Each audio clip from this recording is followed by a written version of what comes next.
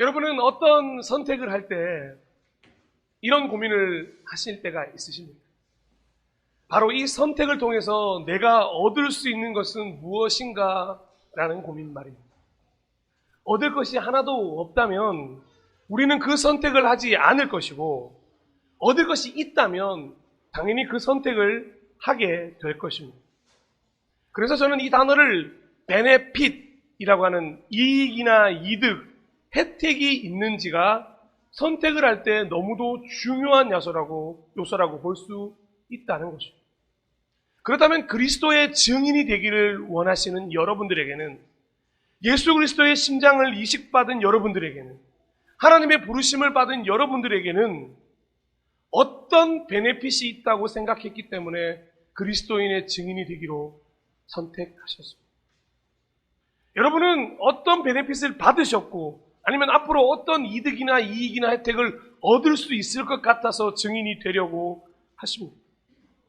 아주 쉽게 얘기하면, 과연 증인이 되면 우리에게 좋은 게 뭐가 있겠냐는 이야기. 그리고 분명히 베네핏이라는 게 있어야만 앞으로 수많은 사람들이, 우리 자라나는 다음 세대들이 증인이 되려고 하는 것 아니겠습니까? 저는 많은 이들이 이 이익이나 이득, 혜택을 이야기하면서 하나님과의 거래와 같은 이런 부정적인 이미지를 가질 수도 있다고 생각하는데, 그런 이미지를 말씀드리는 것이 아닙니다. 저는 하나님에게 어떤 이익이나 이득, 혜택을 달라고 하면서 소위 거래를 하면서 증인이 되기를 선택하는 것이 말씀드리는 것 아닙니다. 그리스도의 증인이 되고 나면 당연히 주어지는 이익과 이득과 혜택, 베네핏이 있다는 것입니다. 이미 많은 이들에게서 증명되어진 이익과 이득과 혜택이 있기에 충분히 선택해도 괜찮다고 오히려 오늘 여러분을 좀 권면하고 싶습니다. 어쩌면 우리들도 이미 하나님으로부터 베네핏을 받은 우리 선대들의 증인들의 모습을 보았기 때문에 아마 이 자리에 앉아 계신 것일 수도 있습니다. 그래서 보통 증인을 뭐라고 한다고 했죠? 영어로 witness라고 편하게 부릅니다. 그런데 저는 오늘 증인의 마지막 시간에 증인을 앰버서더라고 하는 특정 기관이나 단체, 브랜드 등을 홍보하고 대표하는 사람으로 설명드리고 싶습니다. 예를 들어 미용 이야기의 앰버서더 김 목사처럼 말이죠. 저는 미용 이야기의 대표 브랜드 홍보 알림입니다. 예? 여기서 아멘이 나온다고요? 그런 윈니스가 아니라 앰버서더인데, 이걸 좀 더 멋있는 표현으로 드리자면 하나님 나라에서부터 파송받은 하나님의 대사라는 것이죠. 여러분, 하나님의 대사가 되는 순간 이익과 이득과 혜택이라고 하는 베네핏이 반드시 주어지게 되어 있습니다. 그래서 11월 설교 시리즈를 마무리하면서 다른 게 아니라 예수 그리스도의 증인이 된 여러분들에게 나타나는 축복, 주어지는 베네핏이 무엇인지를 오늘 세 가지로 함께 나누어 보고자 합니다. 첫 번째는 성령의 임재입니다. 읽었던 사도행전 1장 8절의 초반부입니다. 그러나 성령이 너희에게 내리시면. 아멘. 예수 그리스도의 증인은 반드시 성령이 임재하게 되는 축복을 경험하게 된다는 것입니다. 예수님의 세례를 받으신 후에 내려오셨던 그 비둘기 같은 성령이 나에게도 내려오는 경험을 하게 된다는 것입니다. 성령의 임재라는 게 저 다른 누군가의 이야기가 아니라 바로 나의 이야기가 되는 축복이 임한다는 거죠. 예수님이 약속하셨던 나야 말고 또 다른 보혜사를 보내주겠다고 하신 그 약속이 나에게서 성취되는 것이 바로 축복이라는 거죠. 성령님이 내게로 와서 거룩함으로 나를 채워주신다. 아픈 나를 고치시고 더러운 나를 씻기시고 너무나도 옛 것만 사모하던 나를 새롭게 하실 것을 성령님의 축복으로 말씀하십니다. 그리고 더욱더 깊이 주를 알게 하십니다. 여러분, 우리의 인생은 가끔 텅 비고 공허하다고 느낄 때가 있습니다. 그런 우리의 인생에 분명히 가야 할 길을 주시고 충만한 삶으로 이끌어 가시는 분이 누구시냐? 바로 이 성령의 임재라는 축복이라는 거죠. 우리 삶의 모든 변화는 사실 이 성령의 임재를 통하여서 일어나게 되는 것입니다.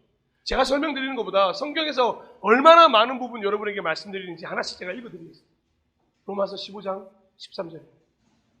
소망을 주시는 하나님께서 믿음에서 오는 모든 기쁨과 평화를 여러분에게 충만하게 주셔서 성령의 능력으로 소망이 여러분에게 차고 넘치기를 바랍니다. 아멘. 성령이 임재하시면 여러분의 삶 가운데 소망이 넘쳐나는 것입니다. 6개월이 3개월이 되고 3개월이 1개월이 되고. 지난주에도 카톡 한 통을 받았어요. 오늘 사랑하는 분이 130m를 혼자 지팡이도 없이 걸으셨다고 하더군요. 걸음마 하는 건 줄 알았어요. 우리 자식이 걸은 것보다, 동현이가 걸었을 때보다, 가연이, 서연이가 걸었을 때보다 더 힘들어요. 여러분 130m 걷는 거 얼마나 쉬운 줄 아십니까? 그냥 걸어가면 돼요. 근데 누군가는 그걸 땀 흘려 걸어가고자 하는 소망이 있어요. 근데 그 소망이 차고 넘치게 하는 게 무엇 때문인지 아십니까? 성령의 임재가 그 안에 있기 때문에 그 성령의 능력으로 그 소망을 이루고자 함이 분명히 일어난다는 것입니다. 그래서 어딜 가든 하나님의 자녀이고 증인이라는 것을 알게 되는데요. 로마서 8장 16절입니다. 바로 그때에 그 성령이 우리의 영과 함께 우리가 하나님의 자녀임을 증언하십니다. 아멘. 여러분이 어디 가든지 하나님의 자녀인 것 알게 하시는 분이 바로 우리 성령 하나님. 그리고 우리의 연약함을 도우시고 우리가 기도할 수 없는 순간에도 우리를 대신하여 간구하시는 분이 누군지 아십니까? 성령님이십니다. 로마서 8장 26절입니다. 이와 같이 성령께서도 우리의 약함을 도와주십니다. 우리가 어떻게 기도해야 할지도 알지 못하지만 성령께서 친히 이루 다 말할 수 없는 탄식으로 우리를 대신하여 간구해 주십니다. 아멘. 여러분, 성령님이 우리 가운데 오시는 이 축복이 얼마나 감사하냐면 우리가 쓰러지고 넘어져 있을 때도 성령님은 일하시는 거예요. 우리에게 방법이 없는데 성령님은 방법이 있다고 말하는 거예요. 그 성령이 우리를 꿈틀꿈틀 움직이게 만드는 거예요. 막 말할 수 없는 탄식으로 일어나야 해. 그대로 쓰러져 있으면 안 돼. 우리의 연약함을 도우시고 세우시고 일으키고 새롭게 하신다는 것이죠. 그리고 우리가 배웠던 증인이라면 그토록 원하는 성령의 9가지 열매를 바로 이 성령의 임재를 통해서 맺을 수가 있는 것입니다. 갈라디아서 5장 22절에서 23절. 그러나 성령의 열매는 사랑과 기쁨과 화평과 인내와 친절과 선함과 신실과 온유와 절제입니다. 이런 것들을 막을 법이 없습니다. 아멘. 그리고 저는 성령의 임재가 주는 가장 큰 이득과 이익과 혜택, 베네핏이 있다면 바로 이 구절이라고 생각합니다. 에베소서 2장 22절인데 이거는 우리 다 함께 좀 읽어봤으면 좋겠습니다. 이제 22절입니다. 함께 시작. 너희도 성령 안에서 하나님이 거하실 초소가 되기 위하여. 아멘. 성령님이 우리에게 오셔서 우리와 함께 계심으로 우리를 지어가시는 거예요. 온전해질 때까지, 예수를 닮을 때까지, 교회가 되어갈 때까지 우리를 지어가게 만드십니다. 그래서 예수 그리스도가 우리 안에 계심을 의심하지 않게 돼요. 예수 그리스도와의 동행을 성령의 임재가 증언해 주기 때문입니다. 요한일서 3장 24절을 마지막으로 읽어드립니다. 그리스도의 계명을 지키는 사람은 그리스도 안에 있고 그리스도께서도 그 사람 안에 계십니다. 그리고 그리스도께서 우리 안에 계시다는 것을 그가 우리에게 주신 성령으로 우리는 압니다. 아멘. 우리 안에 예수님이 계신 걸 어떻게 알 수 있습니까? 성령에 임재하시고 그 축복을 통해서 예수님이 나와 함께 하시는구나 라는 걸 깨달을 수 있게 하시는 게 이 성령의 임재라는 축복이라는 것입니다. 실로 성령의 임재는 그리스도인의 증인이 되고자 하는, 그리스도의 증인이 되고자 선택한 우리에게 첫 번째로 주어지는 아주 강력한 축복이라는 거죠. 그래서 성령이 너희에게 임하시면 이라고 하는 아주 중요한 전제를 달고 있는 거죠. 그리고 동시에 가장 먼저 성령의 임재를 통해 증인의 삶이 시작된다는 것도 알려주십니다. 첫 번째, 성령의 임재였습니다. 두 번째는 우리가 더 좋아하는 겁니다. 능력의 임재. 이어지는 사도행전 1장 8절의 중반부에는 너희는 능력을 받고 오라고 되어 있어요. 헬라어로 얘기하면 하나님께서 부어지는 그 능력을 부음 받고, 내가 원하든 원하지 않든 성령이 임하시고 나면 이 축복의 증인이 되고자 하면 하나님께서 능력을 우리한테 부어주시는 거예요. 물론 이 기술은 공간이동 능력이라든가 새로운 세계를 만드는 모르마모 도라모 이런 건 없습니다. 그런 능력을 이야기하는 것은 아니에요. 하나님은 그리스도의 증인들이 증인의 삶을 완수할 수 있도록 능력을 주시겠다고 축복의 말씀을 해주고 계세요. 우리가 잊지 말아야 될 게 뭐냐 하면 우리는 우리의 힘으로 증인의 삶을 감당하는 것이 아닙니다. 보냄을 받은 자는 오직 보낸 자가 주는 그 공급을 통해서 아무 걱정을 할 필요가 없는 것입니다. 보낸 자가 능력을 줌으로 어떤 일이든 감당할 수 있도록 도우실 것이기 때문입니다. 하나님의 대사로 나갔는데 하나님이 지키시지 않겠습니까? 한 나라의 대사로 나가도 그 대사가 임무를 완수할 때까지 모든 경비와 생활과 것들은 누가 다 책임지는지 아십니까? 나라가 다 책임져요. 하나님의 나라에서부터 파송받은 증인 여러분, 무엇을 걱정하시겠습니까? 아직도 무엇을 마실지, 입을지, 먹을지를 고민하고 계십니까?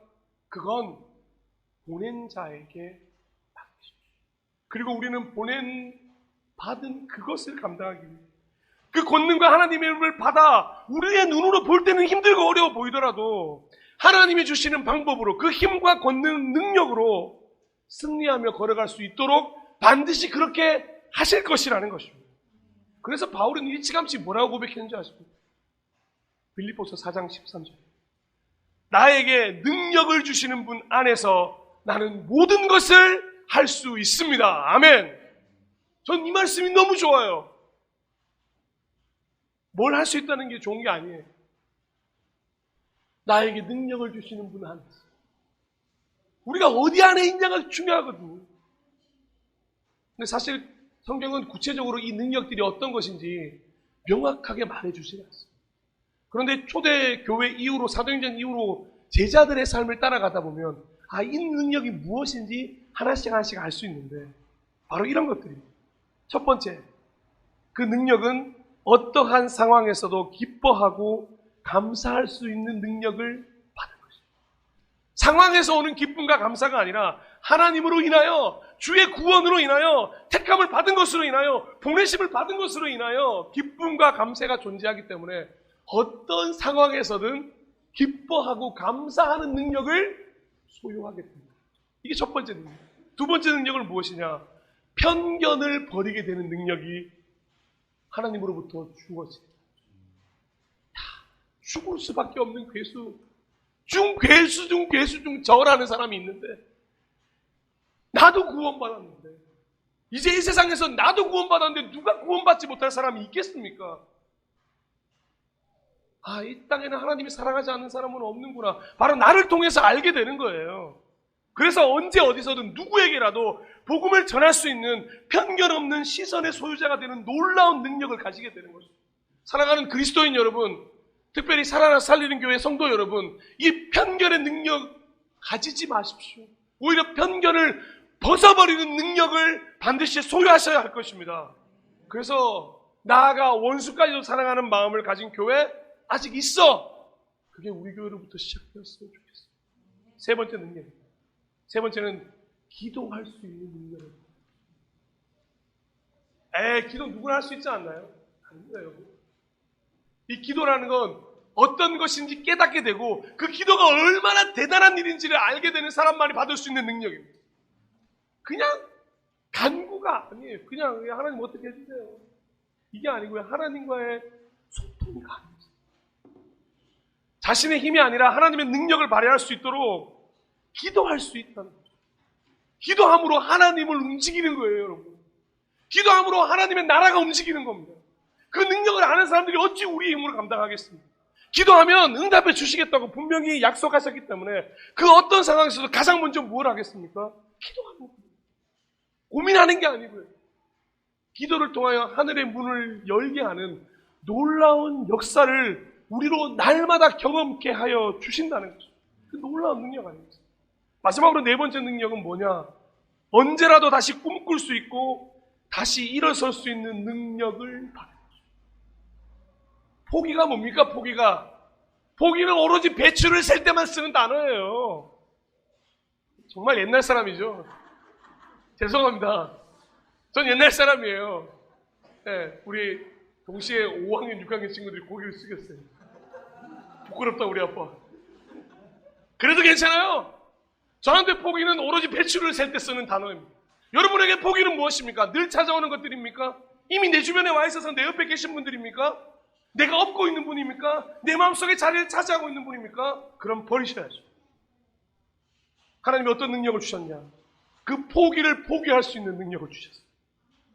절대적으로 포기는 포기예요.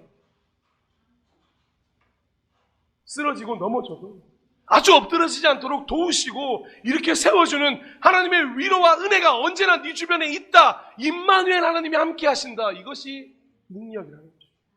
그래서 이러한 능력을 받은 제자들 어떻게 했습니까? 자기 자신의 사지가 찢길 때까지, 자신의 모든 것을 다 배울 때까지 그 능력을 발휘하며 예수 그리스도의 증인의 삶으로 충분히 살 수가 있었습니다. 자, 성령의 임재, 능력의 임재. 마지막 세 번째 축복은 다른 세계로의 초대입니다. 이어지는 사도행전 1장 8절 말씀입니다. 예루살렘과 온 유대와 사마리아에서 그리고 마침내 땅 끝에까지 이르러 내 증인이 될 것이다. 23년 전에 대구 촌구석에 있던 한 아이가 이 말씀을 보고 꿈을 꾸기 시작했어요. 세계 일주가 가능하겠는데? 말씀대로면 나를 땅 끝에까지 보내주시겠는데? 내가 이 대구라고 하는 죄송합니다. 대구를 비하하는 게 아닙니다. 네. 대구라고 하는 촌구석에 사는 내가 전 세계로 나갈 수 있는 방법이 있구나. 그런데 저는 이 말씀이 정말 그렇게 들렸어요. 예루살렘과 온 유대와 사마리아, 나 이스라엘 모르니까 여기까지는 모르겠어요. 근데 땅끝까지 이르러 내 증인이 될 거라고 하시는 거예요. 저 한 번도 제가 미국에 가서 사역을 할 거라고 생각해 본 적 없습니다. 여러분, 우리는 알지 못하는 길에 서게 돼 있고 다른 세계로의 초대를 받게 되어 있습니다. 그래서 제가 오늘 증인을 윈니스가 아니라 앰버서더라고 말씀드리는 가장 큰 이유가 이것 때문입니다. 정말로 예수님의 제자들은, 그리스도의 증인이 된 사람들은 온 유대와 사마리아를 다니기 시작했어요. 저 지금보다 교통 환경이 더 안 좋았기 때문에 자기가 살던 지역을 벗어나는 게 굉장히 어렵습니다. 여러분, 여기 계신 분 중에 약 30년 가까이를 한 지역에서 떠나지 않고 사시는 분이 있어요. 그만큼 지역을 떠난다는 게 좀 절대. 우리 윤자매가 한 곳에서 몇 년 사셨죠? 그걸 계산한다고요. 지금 본인 나이를 말하면 되잖아요. 아니, 한 번도 유언니를 떠나 살아본 적이 없는 거예요. 우리 그 중에 우리는 막 15번, 20번 이상한 우리도 있는데. 부럽기도 하면서 다른 세계로의 초대가 이제 앞으로 얼마나 많이 시작될까 경험하게 돼요. 여러분, 그런 분들은 돈이 많아서가 아니고 시간이 많아서가 아니에요. 오로지 증인으로서의 삶을 감당하기 위해서 하나님이 책임지고 세계 일주를 시켜주신다는 거죠. 저는 농담으로 드리는 말이 아닙니다. 사랑하는 우리 다음 세대 여러분, 세계 일주 가고 싶으십니까? 그러면 증인이 되십시오. 하나님이 땅끝이라고 하더라도 반드시 보내려고 하시면 어떤 방법을 써서라도 보내게 돼 있으시죠. 정말 말도 안 되는 방법으로 말이죠. 실제로 수많은 선교사님들 통하여 이 축복이 증명되었어요. 그들은 평생 꿈꾸지 못했던 세계 일주를 복음을 들고 하나님의 은혜로 축복으로 경험할 수 있습니다. 오로지 증인의 삶을 살고자 했던 이들에게 일어난 일이었습니다. 여러분이 예수 그리스도의 증인이 되고자 결심하고 나면 이제 여러분들을 한 곳에 머무르게 두시질 않는다는 것이죠. 나그네의 삶을 살게 하신다는 거죠. 제가 좀 더 멋있게 이야기 드리면 여러분들을 복음 여행가로 초청하신다는 것이죠. 바로 당신을 통해 수많은 영혼들이 돌아올 수 있도록, 여러분이 그 발길 닿는 곳마다 하나님을 돌아오게 만드는 그 다리가 될 수 있도록 다른 세계로 여러분들을 초대하신다. 두려우십니다. 우리가 있던 자리를 떠나면서 새로운 세계를 만나게 하실 하나님을, 그래서 우리가 기대합니다. 나라고 하는 좁은 땅을 떠나서 미지의 세계로 우리를 인도하실 것입니다. 그 세계가 다른 나라라고 하는 큰 영역의 세계 여행도 될 수 있겠지만 작은 영역으로 내가 살던 곳을 떠나 하나님이 가라고 하는 땅으로 그런 다른 여행일 수도 있거든요. 그게 큰 여행이든 작은 여행이든 그것이 어디든지 어떠한 형태의 여행이든지 우리가 가져야 될 마음이 뭔지 아십니까? 기대와 감격의 넘쳐남 속에서 그 부르신 곳으로 가서 주님을 예배하게 될 것이며 인생을 변화시킨 루디아와 같은 동역자를 거기서 만나게 될 것이고 홍해가 갈라지듯 엄청난 하나님의 역사를 반드시 경험하게 되실 것입니다. 사랑하는 우리 다음 세대 여러분, 꼭 이 복음 여행가 같으십시오. 그래서 어딜 가든지 여러분들을 통하여 내가 효민이를 통하여 예수님을 만났어요. 서현이를 통하여 예수님을 만났어요. 여기까지만 하겠습니다. 이제 다 부르면 시간이 기니까요. 죄송합니다. 사랑하는 모든 이들을 통하여. 그리고 더 놀라운 축복은 무엇인지 아십니까? 그 여행을 우리 많이 가는 마태복음 28장 19절에서 20절입니다. 그러므로 너희는 가서 모든 민족을 제자로 삼아서 아버지와 아들과 성령의 이름으로 침례를 주고 내가 너희에게 명령한 모든 것을 그들에게 가르쳐 지키게 하여라. 보아라, 내가 세상 끝날까지 항상 너희와 함께 있을 것이다. 아멘. 다른 세계로의 초대인데 함께 가는 여행에 초대하는 겁니다. 그러니 놀라운 축복일 수밖에 없다는 거죠. 설교를 마무리하겠습니다. 사랑하고 존경하고 축복하는 예배자 여러분, 예수 그리스도의 증인 여러분, 증인의 삶을 살아가는 증인들에게는 분명한 축복, 이 베네핏이 있다는 것을 잊지 않으셨으면 좋겠습니다. 하나님에게 결코 공짜란 없습니다. 이러한 축복이 반드시 주어지게 될 것입니다. 성령의 임재로 축복해 주시고 능력을 허락하심으로 축복해 주시고 다른 세계로 초대하고 보내심으로 축복해 주십니다. 물론 이런 축복 때문에 증인이 되고자 하자고 말씀드리고 권면드리는 건 아닙니다. 결코 어렵고 힘든 것만 존재하는 게 증인이 아니라는 걸 반드시 말씀드리고 싶기 때문입니다. 증인의 삶이 십자가의 길이 아니라 오히려 축복이라는 것을 더 널리 우리를 통하여 알려졌으면 좋겠습니다. 고난과 환난의 길처럼 보이나 실상은 축복으로 알알이 맺혀서 가득가득한 생명길이라는 것. 그래서 기쁨의 길이라는 것. 여러분들이 많은 사람들에게 증인이 되어 주셨으면 좋겠습니다. 성령의 임재를 경험하고 능력을 받아 땅끝까지 이르는 하나님의 대사가 되겠습니다. 이게 우리의 11월 설교 끝나고의 마지막 기도여야 합니다. 고린도후서 5장 20절입니다. 그러므로 우리는 그리스도의 사절입니다. 하나님께서는 우리를 시켜서 여러분에게 권고하십니다. 우리는 그리스도를 대리하여 간청합니다. 여러분은 하나님과 화해하십시오. 아멘. 이 말을 들고 더 많은 이들이 하나님과 화해하고 하나님의 증인이 되고 이 축복에 동참할 수 있도록 우리 함께 같이 가지 않으시겠습니까? 그래서 마지막으로 캠퍼스 워십이라는 찬양에 No turning back, 돌아서지 않으리라는 가사를 함께 나누며 설교를 11월 설교 시리즈 증인의 모든 것들을 마무리하겠습니다. 어떠한 시련이 와도 수많은 유혹 속에도 신실하신 주님 약속 나 붙들리다. 세상이 이해 못하고 우리를 조롱하여 신실하신 주님 약속만 붙들린다. 함께 읽을까요? 시작. 결코 돌아서지 않으리. 아멘. 이렇게 희발이 없으면 안 됩니다. 결코 돌아서지 않으리. 보통 이렇게 하면 잘 따라하던데 우리는 잘 못하는 거예요. 다시 한번 해볼게요. 결코 돌아서지 않으리. 사랑하는 증인 여러분, 우리 돌아서지 말고 다시 일어나 주를 예배함이 날마다 기쁨되는 그리스도의 증인들 되시기를 간절히 축원합니다. 그런 마음으로 시간 함께 찬양할 텐데요. 다시 일어나라는 곡, 우리 전승철 집사님의 시그니처 곡처럼 돼버린 이 찬양을 함께 부르고 싶습니다.